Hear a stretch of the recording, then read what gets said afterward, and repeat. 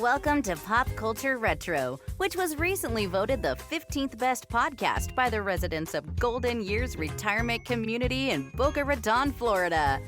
Each show will revisit some of your favorite pop culture memories with insider and outsider perspectives. Now, please help me welcome your hosts, Moosie Drier and Jonathan Rosen. Hello, and welcome to another edition of Pop Culture Retro. I'm Jonathan Rosen, along with Moosie Drier, and today we are thrilled to welcome the star of the recent TBS reality show, The Joe Schmo Show. Please help us welcome Ben Frisone. Ben, thanks so much for joining us today. Hello, thank you for having me. Shibuya-hee, gentlemen. Shibuya-hee. Booyah-ho. Well, we have a lot to Right. cover, but I want to start by going back with you. So where did you grow up, and what were you doing in your life before you got onto the show? So I grew up right outside of Baltimore City in Baltimore County, Maryland. Very much a normal guy. I like to hunt, fish, sporting events, bars with friends, soccer growing up, and I work electrical, so kind of like construction background. Before we even get into the show, had you seen any of the original Joe Schmo shows from 20 years ago? I had heard of them, but I had never seen them. They were just a little bit before my time. The first one I thought was very, very well done. The second and third, a little bit. I can save my critique for another time. But So for people who don't know, who wants to give the explanation for the Joe Schmo concept? You want to do that, Ben? Or Yeah, I'll do it. All right. So the Joe Schmo is an over-the-top fake reality TV show within a show where a bunch of comedians and improv actors all play characters to prank one real American. That's Right. me. How do you know that this that was fake, and now this is part of the new fake? I mean, Definitely now it's like, well, could be fake. You don't know. yeah. So you're at home. How did you go about getting on the show to begin with? I mean, was there an ad for it, an open audition? What was the process for getting on, and what were you told ahead of time? So my process was pretty simple. I was participating on dating apps, like, many of us are. And I got swiped right by a girl who turned out to be a casting agent and not, Wow. not looking for love. So she said, hey, are you, a normal guy? Are you an electrician? Would you like to be on a reality television show? And obviously at first I thought it was fake, and talked to my parents about it, vetted her, and eventually felt comfortable saying, okay, well, let's see what this looks like. Right. Yeah, unbelievable. Brilliant. It's incredible that Brilliant. we're dating app. So you first get there, and the first thing they have you do is play this game with lasers and paddles to disorient you. And then right after, they kick out the first contestant. It was, they said her name Barbara, without even explaining the rules. And you called it out right away that she was an actress. What was the feeling there? And how long did that take to suppress that feeling and go along with the show? So it's so hard for me to explain, but it's like, I was right there without being all the way there, And I knew, I was like, man, that just didn't feel right. Maybe that person, that person was just a little over the top or a little extra. And it made me feel like, they could have been an act or a plant of some sort. Like somehow the show would use, people to throw me off or something. But the actors, when they would just kind of let me, they'd let me soak in it in myself. And then, they would just kind of react and go along with whatever I had perceived, and then, I don't know, it's just like I never really caught on all the way. Right. She was like, over the top. I'm thinking, oh man, this isn't going to work. Or were being fooled at home. Because how could he not see right through that? And he saw through it. And that's how I knew the show was legit. Right. And another thing, man, in the second episode, when you decided, no, let's go after the twins. I'm like, holy crap. So this producing team and the actors really have a challenge ahead of them because this dude's smart. Did you ever play baseball or you follow baseball? Yeah, I follow baseball. You don't send a guy home if there's no outs. You keep him at third base. That guy's going to score in all probability.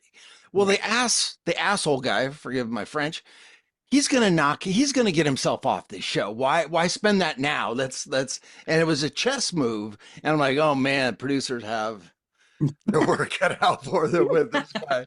So what was your thoughts about, like, did you get any suspicion that these multiple people knew about this Korean show? Yeah, so so they did a good job by splitting it at like half and half, where it was only like only about half the cast knew, and then the other half was like me, where they're like, what the hell, this is stupid as hell, you know? Right. And but yeah, so, and also like the people that they chose to know about it. So like, you know, with Maya having the gamer background and, you know, being from that Sure. world, it didn't strike me as too odd that she knew about it. But yeah. Yeah. And one of the first people that you like had interaction with Jonathan Lipnicki from Stuart Little, Jerry Maguire fame. I mean, you seem to take an instant dislike to him. So did you find it odd that there was like an actor on the show and mixed in, like they say this is an actor? Right. So I don't know why that looking back at all of it, I do think that's the one part I'm like, man, that should have maybe stuck out more to me than it did. But also, I didn't recognize him at first, you know? So, like, Yeah. I'm just going around thinking he's a normal guy until they came up and they were like, hey, this guy's been, you know, on Jerry Maguire and everything. That's when I was like, oh my God, like Stuart Little, like, wow, that's, you know, those are huge, you know? And he's such a sweet guy, and he did such a good job of being the arrogant a-hole. Did you watch Jury Duty? Yes. Yeah, and Marsden did the same thing. You know, the same. You know, he seems. I don't know him. I've never met him. He seems like a cool guy. Great element of the show. But yeah. Yeah, same thing. Like just total diva energy. You know, it made it very easy for all of us to be like, he's not one of us. You know? Right. Well, but everyone in the cast was just so good. I mean, it must, but to me, I was like thinking it must be a grind for them to stay in character all day long. So I'm just, what was your schedule on the show like? Did they give alone time at all? Or was the only break when people got called in for interviews? It was, yeah. So we got, I guess, I never thought about it like that. So from their shoes, they would have had a little bit of a break whenever they got called to an interview. Mm-hmm. And we took lunch, but we kind of still all sat together. So they weren't like out of character. It was like 8 a.m. to 8 p.m. for 2 weeks straight. Oh my, wow. Yeah. Which, you know, that part all makes sense to it now, because at first I was like, why aren't we all sleeping in the same house together, you know? Yeah. Oh, you weren't in the same house together? No. We went to the hotel and, you know, we would come to the TV set every morning. Wow. Oh, I didn't know that. Okay. No. Where was the, you know, when they do the interviews one-on-one with the contestants? I mean, I know the others are fake contestants, but I mean, when they would interview you and you're not in on it yet and you're talking about what's going on, how close was that to, you know, the communal space in the house or the living space? It was right up the steps. It was right on the second. Okay. It was right on the second floor, right above the stairwell. I always feel like I would be like, yeah, because I don't want them to hear, you know, like, yeah. Yeah, they'd close the door. I also had those thoughts too. They're like, man, I don't want to start talking secrets about other people. They can hear it. Yeah, that's the feel I get. Yeah. And real quick, I just want to ask. So, I'm terrible with names, but the girl who were just got the giggles, like episode 2. Jessica. Were you on to that? I don't remember seeing if you were. It's so funny. Watching it back was very funny because I, in the moment, thought she was crying. Oh, see that. You know? funny. So there are so many times I'm like looking down, I'm like, why? I was starting to think it was weird that she's like crying so much. But You know? at the time, if you're not suspicious, it's such a bizarre situation. Like someone's crying, someone's laughing. It's also unusual anyway. I'd buy that. Right. And And I'm a nice guy, but I'm kind of emotionless as well. Like I can just be very like withdrawn. Like I don't cry easy at all. Like I think I've maybe once or twice in my life, like at funerals or something, I've cried, but so that seeing them cry at the Right. No, you're a nice guy, but you'll eat someone like a bowl of cereal if you have to. Yeah. Well, I thought you also took great delight when something happened to some of the other contestants, like Chase with Jessica with the hair thing. Also, Oh man, that was one of the hardest I've ever laughed in my life. So, yeah, that was funny. well, right away they pushed Natasha Mercado, who played Maya, on, my daughter's name, by the way, but they pushed her to be your best friend, kind of steering you in that direction. At the time, did you feel like you had agency in these decisions? Did you feel like it was your idea to do any of the things that they were guiding you to do? Good question. Yeah, I think I felt like so Maya is from Maryland, and I felt like we were like natural friends. I felt like Right. that felt organic to me, I guess. Yeah. That's a good question, Jonathan, because I was thinking also like, if you're from a showrunner's perspective, you got to think like, well, I mean, maybe I would have told everybody before you got there, whoever he gravitates to naturally, this is the path we'll take, as opposed to kind of force. Because if it didn't happen, if you just didn't take to her, that would have been even like they have enough challenges on their hands to Right. like go with it. Yeah. Was there anyone though? So who were you sizing up when you first? Do you remember? Like Definitely who's going to be your main competition? Who's that? Braxton. Yeah, he was the one I was like, okay, this is my physical threat. Like, if I'm gonna get out a big competitor, it was gonna be him. So at the first ceremony, they put you in elimination at the very first episode against Lipnicki. So I have to ask this, what was your reaction when you saw the robes and vases? Because like you said, we talked about, Chase, Jessica, couldn't not stop laughing at the vases. What was your reaction when you saw just how ridiculous they looked and how nervous were you? That like was completely over my head. Like they didn't even register to me because when I walked in, for me, when I walked into that ceremony room, I mean, it was like my heart was racing. Like I really thought every time I stepped into that room, I thought I was going home. So, I was just in nowhere near the headspace to laugh or react at all to those vases. They were so ridiculous. Like I watched it again this weekend. I watched it the first time, and then I watched the whole thing again this past weekend. So there were several times when you said aloud, besides the other one, "This is fake." You called out Zach, who played Ryan, for throwing the competition by the pool, and then when he had his clothes thrown into the wood chipper by Charles Michael, and you even asked if this whole show was a prank on you. So a couple of things. First, how often did you get that sense that this is fake, and what steps did the rest of the cast take to try to ease your fears? Did people come talk to you about it or go along with it and say, hey, do you really think it's fake? Right. Like, so gosh, I think a total of maybe 5 or 6 times I had that feeling where I was like, man, this is fake. There's one time right when I called out Tanya right at the beginning, and I said, man, this is fake. And I think it was Charles Michael that was like, you think so? You think so? Like, and I was just like, yeah, man, this ain't, but as long as they didn't acknowledge it, as long as they didn't like also say, yeah, man, that's fake, and like reinforce my thought, Yeah. I like backed off. Looking back at it, it's like, man, I backed off of it so quick. But Yeah. when they all just keep rolling, it's like they sucked me right along into just rolling. It's one thing to say it's fake, but you call it was that's such an amazing thing. And that was the voice clip that they used for the commercial.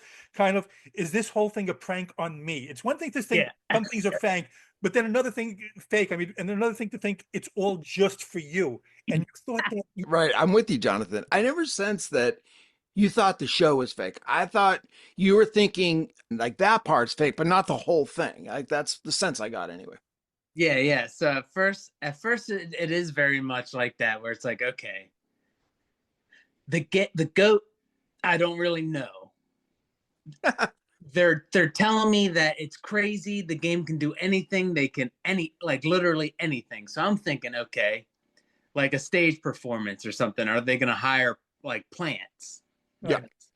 Plant somebody out in the audience. Are they going to do something crazy? So I'm thinking that things could be fake or, done up. Not necessarily that it was all on me, although I did end up saying that one time. And I think that was just kind of because I was like so blown away by what was going on between Charles Michael and Ryan. I was like, wait, this can't be real. Like, they used that quote in the commercial. Even like, is this a whole prank on me? like, Yeah.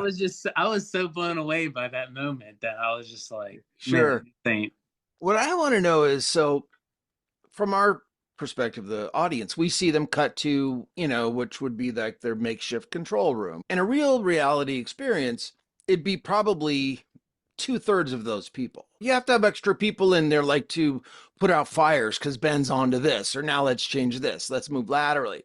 Did you see that room with those people, or were they trying to keep all that concealed from you? Yeah, that room was totally separated from me. I didn't see that room until after the reveal went down. Okay. And I got the money, and then they showed me this little like montage that they made about the whole show. I got to see it at the end. They called that room the Chamber of Secrets. Yeah. I assume they would, because it's a little much for if it were just a straight up show. You don't need that many people, that's hilarious. So what was the daily routine like? I mean, we see the edited version. So, without going, without making you have to talk through every moment, but like, what was, your average day going into that house? So it was every day it was routine. It ran like a well-oiled machine. It was up at 7:00. For you, it ran like a well-oiled machine. For me. Okay. We were at the hotel up at 7. On the bus 7:30. We were, just rolling up to the set, and they even had me trained. I would get off the bus at set and I would say, "Cast on set." And everybody would know I'm there because I'd announce myself when I came on the set. And so then it was, filming started at 8, and we'd all the characters and we'd all gather in the kitchen and make bagels and coffee, or, have a little breakfast. That's when I would take care of the goat. They would have a meeting about, where the show was going to go that day. Uh-huh. Then I'd get done taking care of the goat, and I'd come up and I'd join the rest of them on whatever, our challenge was going to be that day. Then we'd have a challenge. Then there would be the voting. Then we'd have champagne and go back to the hotel. That was every day. What a brilliant thing to have to take care of the go-to to get you away from everyone else. That was just fantastic. Yeah. So I have to ask, we touched upon it before, because as I was watching the show and seeing you in a real reality show, I would have been exactly like you. How pissed were you from day one and they allowed first a brother and sister to compete together? And also, how frustrated were you in your reality that nobody would strategize to vote them off? So, right. Yeah. No, you're right. Thank you. Finally, somebody said that. But yeah, I'm sitting there. I'm like, what the heck? Like, I'm the only person thinking about this logically. I'm like, these people imagine if you came on a show with your brother. I'm trying to explain this to people. Right. I'm like, Right. imagine. I'm like, are you really gonna vote against your sister? Mhm. Like, there's no way. You know, they're gonna. Right. You know, I'm trying to convince everybody. I'm like, these people have double power. We need to get them gone. You were the only one strategizing, and it was like, on your behalf, it would have driven me crazy. So, Yeah, it did. It did drive me crazy. I mean, that's smart. Right. Yeah, Yeah. it's good, man. What Thank are you. some of the things that we didn't see in the show, like the day, any of the occurrences that happened that we didn't get to witness? Anything that stands out? Like stuff that didn't make the show. Yeah. So the character Danielle, she was the redheaded girl. She has Yeah. like curly redheaded hair. Her character was that, you know, she was like a gut hole guru.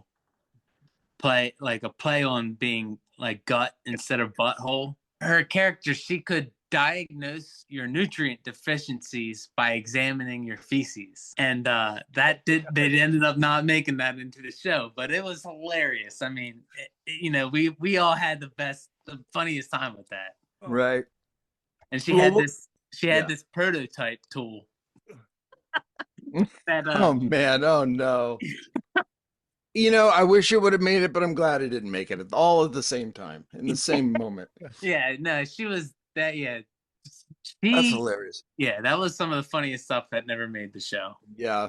What was the moment of all the challenges or games where you thought, this is so crazy, no one's going to believe this, that I'm doing this? I guess when you have to look back and watch video of you like staring into a goat's eyes and trying to see what was the goat thinking, because you could just step back and go, the goat was just thinking, where's hay, where's Right. water. They had you hook, line, and sinker, I suppose. It was definitely and it was a very small portion, but it was when I was taking care of the goat.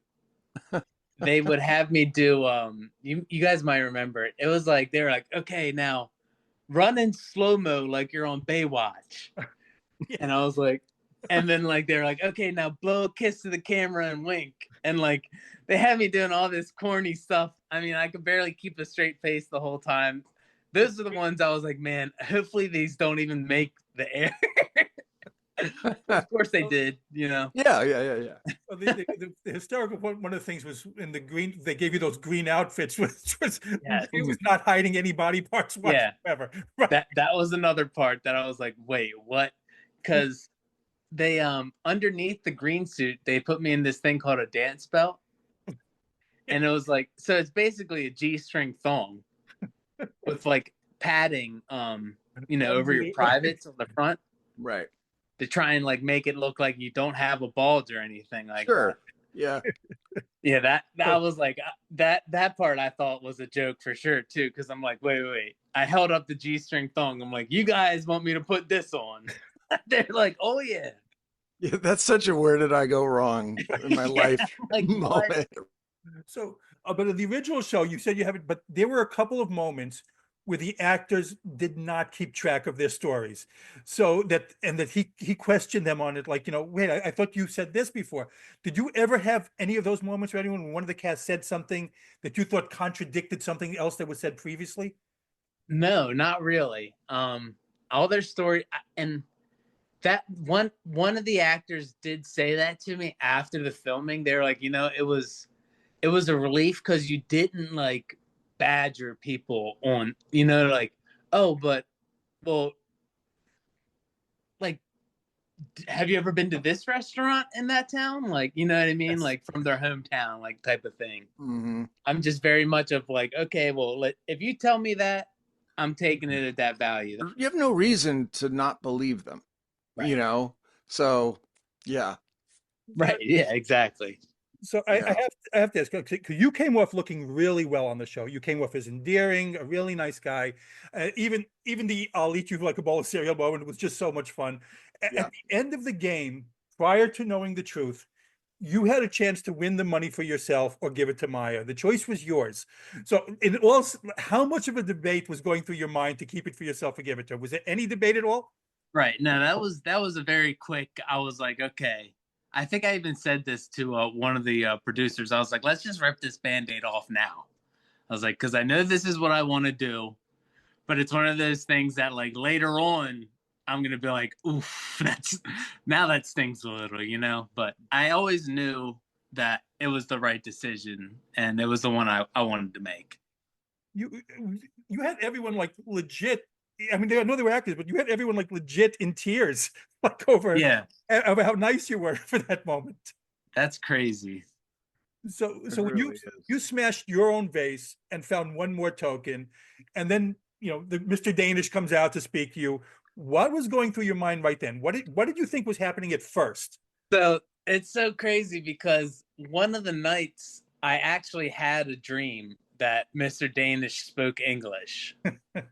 But this is back when I still thought, obviously he only spoke Korean. Right. And but yeah, when he finally started speaking English, then I obviously had that go through my head. I'm like, oh my God. I was like, deja vu. Like but yeah, that's when he came out, I was like, oh no, what's gonna happen? Like I didn't know what to think. I was kind of jaw dropped. I was just waiting. What's the twist? What are they going to give me now? Like what the heck is going to happen? Well, when Kat spoke the words, and suddenly you're now privy to the fact that the show is what it is, and everyone there is an actor apart from yourself. Walk us through those moments. Is it numbness? Is it shock? Is it disbelief? Anger, maybe? I don't know. No. I mean, gosh, I kind of went straight to just laughing at myself. I kind of went straight to just like playing it all back through my head, trying to like look at all of it from like outside of my body. And I was just like, oh my God, like what did I fall for? Type of thing. Maybe a little montage in your head, like, oh shit, I was staring at the goats and I was doing this with the and then when it happens, you're like, did I, things like, did I say anything bad about people at home? You're thinking about all of those things. You're like, absolutely. Did I reveal any personal information about myself that I don't want the world to know? Like, all sorts of those kind of thoughts are going through your head. Right. Because that was a good question, because in the original show too, there was Matt Kennedy Gold, who was the original Joe Schmo. He took it all in great stride, but later on in interviews, I saw him say that he did reach a point at one time of anger, of like, a little bit. He let it pass, he said, but he did have it for like a brief period, like, they made me look like this or whatever it was. So none of that came into you at all? Not really. So like the very next, so let's say,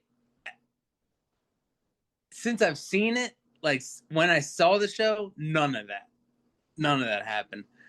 The very next day after the reveal, I kind of was getting like some of those feelings, like, oh man, like I guess like you feel like a little picked on, kind of, I guess is what it would be.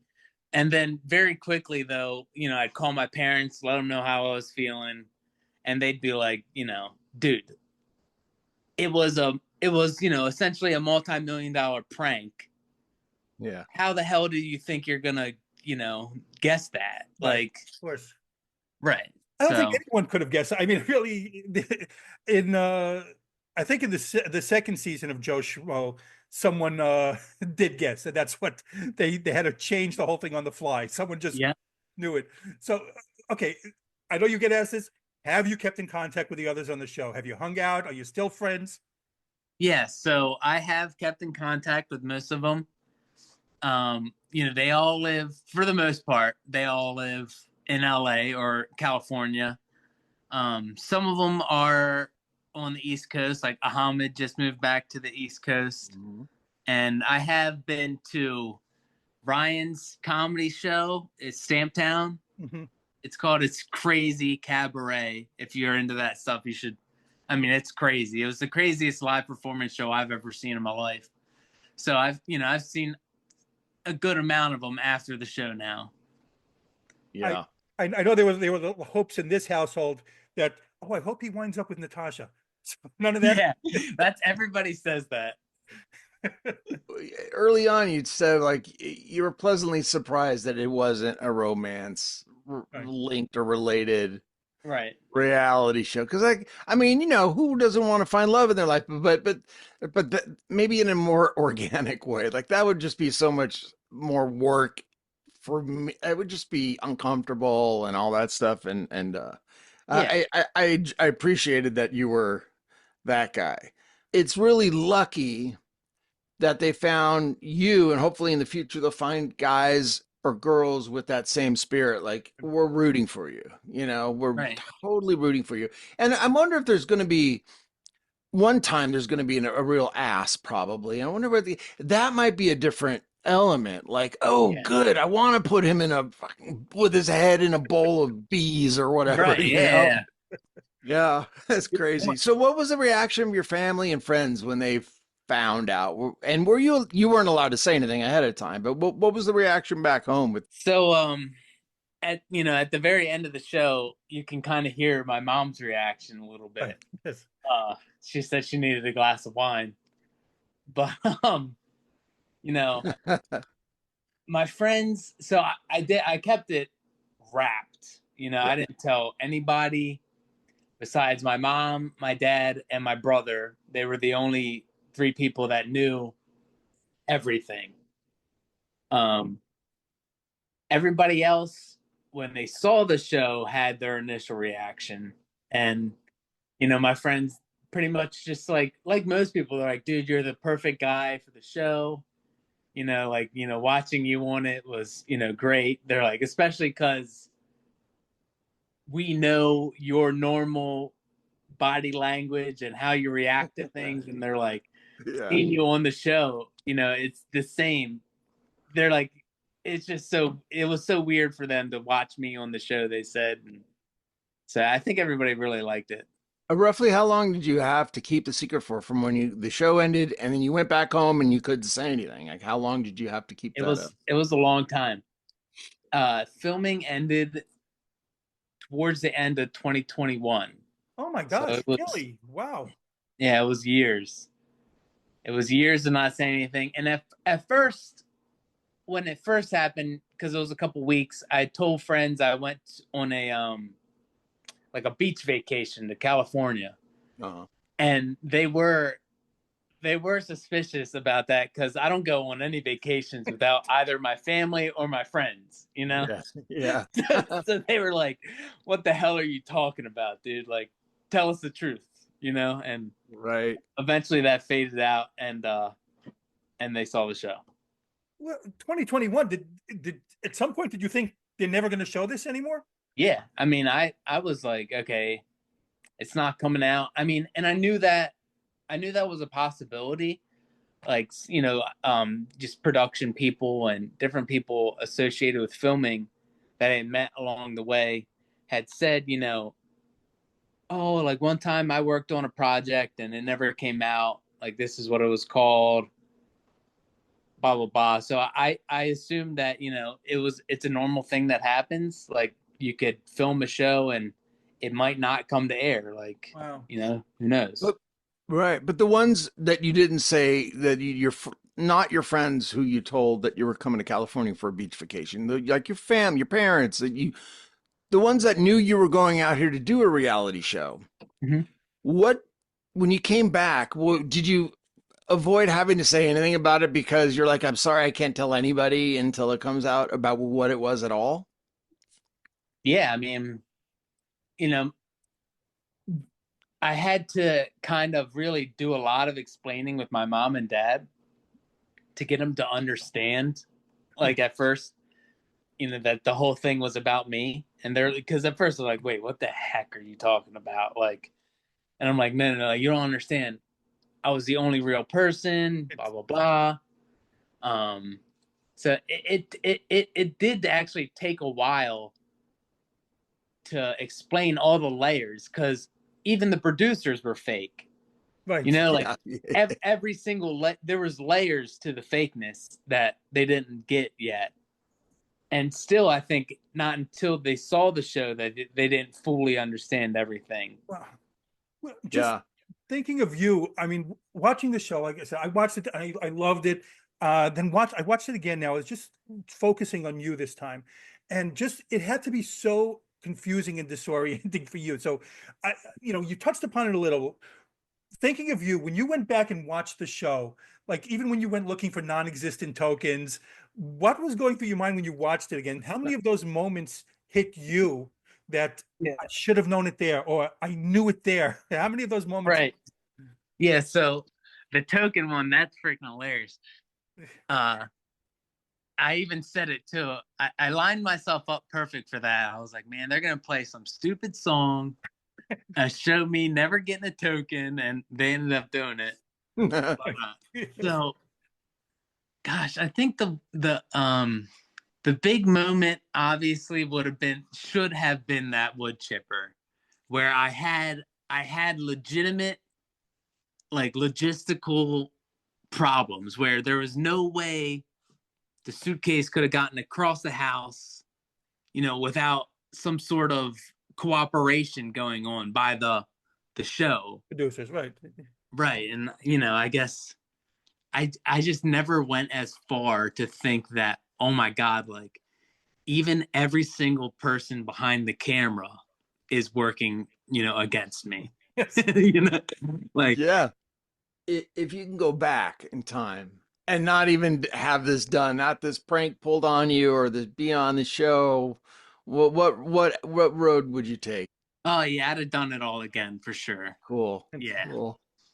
Yeah, it was, the coolest experience ever. I mean, I've been picked up in S-Class Mercedes by, drivers, taking to airports with my name on the little paper when I get picked up at the airport and everything. Like, stuff that would never have happened to me otherwise. And Right. you have an experience that hardly anyone else has ever had. So it's just, Right.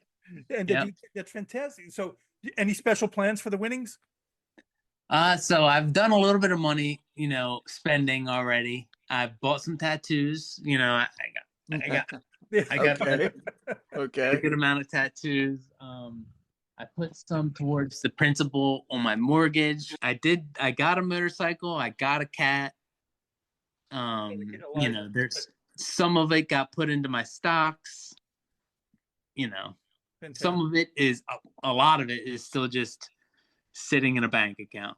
Fantastic. Yeah. Wow. Is the cat, did you name the cat? What's the cat's name? Cat? As The in cat Dealey? is Elijah, Elijah for the goat. Yes. after the goat. Oh, right. Okay. That's Cat awesome. would have been a good one too. Now that I think about it, Hey, yeah. cat. Yeah. People would have like gone, wow, you're really inventive there. But Yeah. so did anyone from Joe Schmo reach out to you? Any Yeah. past contestants? Oh, like from Like other people, maybe seasons. people who've been pranked on from the other seasons, like No. you're in a small club about what it was Yeah. like to go through emotionally. No, I haven't. I did add Matt on Instagram. Uh-huh. But I haven't talked, and he's one that I think is funny just because how close he grew up to where I grew up. Yeah. It's like 45 minutes apart from each other, Yeah. It's kind of weird. Yeah. But Yeah. So there wasn't like, hey man, here's my therapist. no, yeah, no, none of that. No therapist needed over here yet. Right on. Did you ever hear from Lip Nicky? Yeah, me and Lip Nicky have talked. He always asks. He's like, "Dude, are you gonna, get into, TV? I totally think you should." He's a nice kid. Yeah. And he did a nice job being, Yeah, he did great. arrogant former child actor. And he gets Career. it. Yeah, he gets it. That's why he knows how funny it was. Yeah. Like, When he walked out, he's like, F you and F you, like oh that. man. I would have lost it if I Yeah, were, he was. being anyone besides you, like any Yeah. of the like performers. Oh God, I would have lost it. But what was your answer to him when he said, "Are you going to do any plans for more acting?" I told him, I mean, I'm open to doing everything out there. Yeah. At this point, I guess I've realized I might need an agent or something. Yeah. To, get all this stuff done. But yeah, I'm open for it. I think, all this stuff is, exciting and Sure. new for me, and I like doing new stuff. So Yeah. Well, are you aware of any plans to do another Joe Schmo show? And would you be involved if they asked you to be on the other side of it? Oh man, I would love to. That'd be awesome. But You know, that'd be even so if it's tricky like, though, because if anybody saw your version, they'd be on to what's going on though, right? right, right. That's tricky. I think in the second Joe Schmo show, Matt Kennedy Gould played a pizza guy. He delivered pizza to their house. Oh, Yeah, like something like that. Like I Like- could do something like that. yeah, that's a great little hidden Easter egg there. Easter egg. Yeah, Hey, kind of yeah, like a Stan Lee part in a Right. yeah, yeah. So how can people follow you on social media? You can find me on Instagram, and that's just you look up my name, Ben Frisone. And Ben, we want to thank you again for taking the time to come on today. Like I said, I love the show. You were so great in it, and you came across as genuinely a nice person. So it was a pleasure to get to speak with you today. Thank you so much, man. That Yeah, means a lot. booyah. Glad you guys liked it. Yes. Yeah. Sorry, I stepped on you. Fine. Yeah. You're a great guy, man. And you know what? Most of us, I like to consider myself in this demographic, could see right through bullshit. And like right away, like that's a good guy. Like he's genuine. Like I said, you're welcome back anytime, and let us know what you're doing, and we'd love to speak again. Awesome. Thank you guys so much. Thank you, man. Well, again, this has been Pop Culture Retro. I'm Jonathan Rosen with Moosie Drier, and again, a very special thanks to Ben Frisone. And please like, comment, and subscribe. Thank you for tuning in to Pop Culture Retro, where no one was hurt during the making of this podcast. Listening to this podcast just makes you really cool.